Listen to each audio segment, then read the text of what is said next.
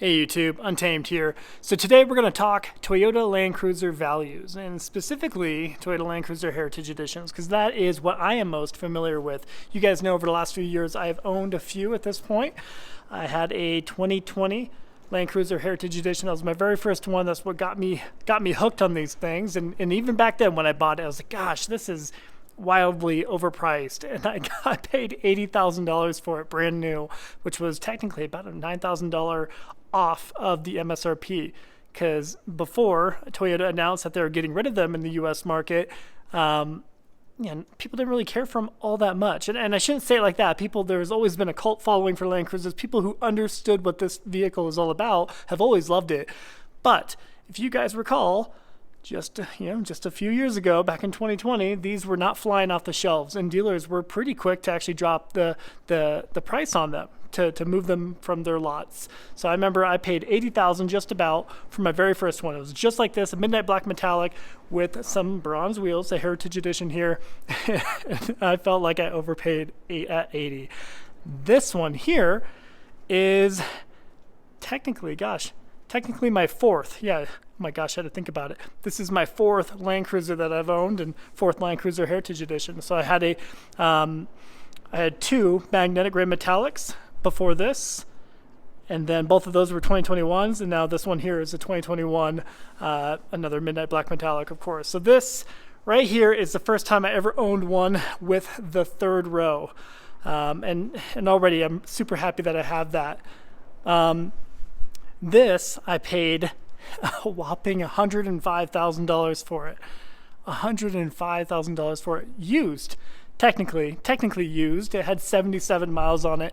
It was certainly the lowest mileage one I could have purchased when I did just a couple months ago. So vastly different, right? We're talking a $25,000 gap between that and my first one, which is insane in the membrane to say that out loud.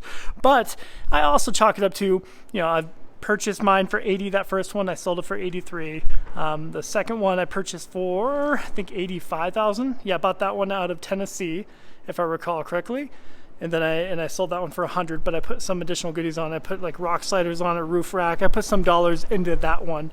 And then my last one, I traded it in for 98,000 and some change. So not the best trade value for it, but I also paid, I believe, 91 for that one at the time. So all that to say, although I'm paying a lot, I have paid a lot for them in the past, I've always done okay when actually selling them, if that makes sense. So it's always kind of been close to a wash altogether. So that's how I kind of loosely justified spending the top dollar for this last one here, as it will be my last opportunity to have a new one, or new-ish one, right, with 77 miles. So let's get to the point. The point is, these are very difficult to track the values for.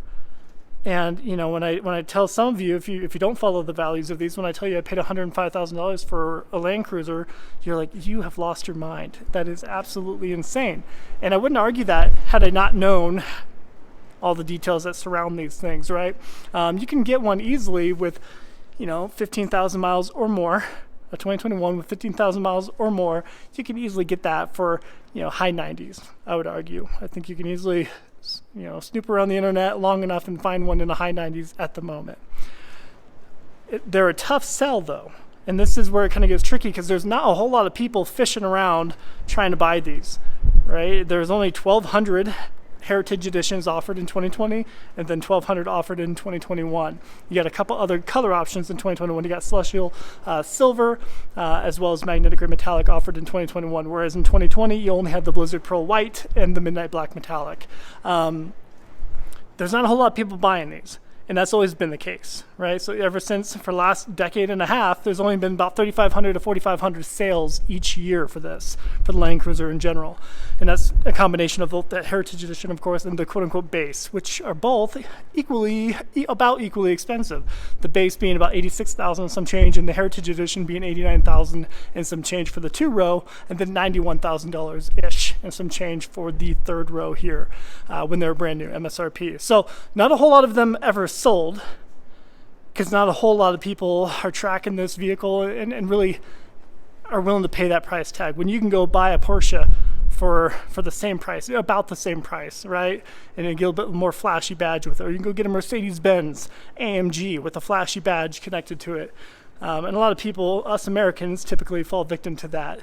More blitz, more glamour, if you will, right? But because there's not a whole lot of people fishing for it, they're a tough sell. So whenever I posted them in the past, I've always waited a long time to try to find a buyer because there's not a whole lot of people trying to pay that kind of money for a Toyota Land Cruiser at the end of the day. So not a whole lot of people fishing the market is perhaps the driving factor. But when you look online, you will also see that there are so many Land Cruiser base models being listed or advertised as heritage editions. So it kind of dilutes the water when it comes to statistics and following the actual KBB value and sale values of these. Because if you're picking up what I'm putting down, there's so many non-heritage editions that are they're over-convoluting the market, but they're being promoted and advertised as heritage editions. So there's a lot more out there that are truly for sale, if that makes sense. So when you look online, go to Car Gurus, Auto Trader, whatever it is, and you do a nationwide search, you're going to see so many non-heritage edition Land Cruisers listed for sale and advertised as a heritage edition because it allows them to kind of up the price tag a little bit and keeping it as a great deal on paper. So you see a lot of that, and oftentimes, I won't say oftentimes, but sometimes dealers actually really don't know. They're just like, oh yeah, it's a Land Cruiser, let's mark it as the most expensive one, right? Because it's, they just don't know. So between not a whole lot of people actually fishing and trying to be in the market for a Land Cruiser, between that and a lot of misrepresentation, whether accidental or on purpose, a whole lot of misrepresentation online for actual sale prices of them. And I'd be curious to know what your guys' thoughts are. I mean, obviously, you guys who follow the channel, you like Toyota. And forgive me, guys, I'm standing here, obviously, because of the wind.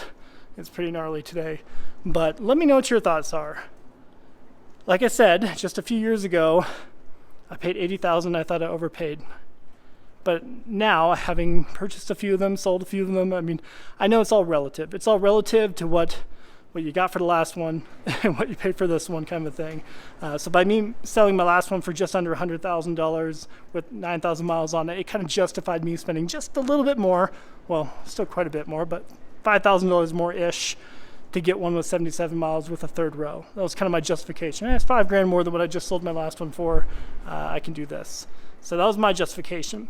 But if I were to tell myself 3 years ago, my 2020 self, that here in 3 years you're going to be spending $25,000 more to be $105,000 for this than you paid back then, I would punch me in the face. So it's kind of crazy to say that out loud. So let me know what your thoughts are. Let me know what the best deal you've seen on a Land Cruiser, and most importantly, let me know if you were the individual who, was similar to me but almost passed up deals, MSRP deals back in the day. I passed up a number because I was like, no way, I'm not going to spend MSRP on this. Let me know if you were one of those individuals who just refused to pay $89,000 and some change and then ended up kind of kicking yourself here a couple of years later as they all spiked up to $100,000 plus, assuming they had really low miles on them. So let me know if you're one of those individuals. Or as the last question to you, let me know if you are that person who ended up just buying a 4Runner. You bought a 4Runner TRD Pro, for almost half the price, a brand new 4Runner, and just as capable, depending on who you talk to, just as capable for the most part off-road.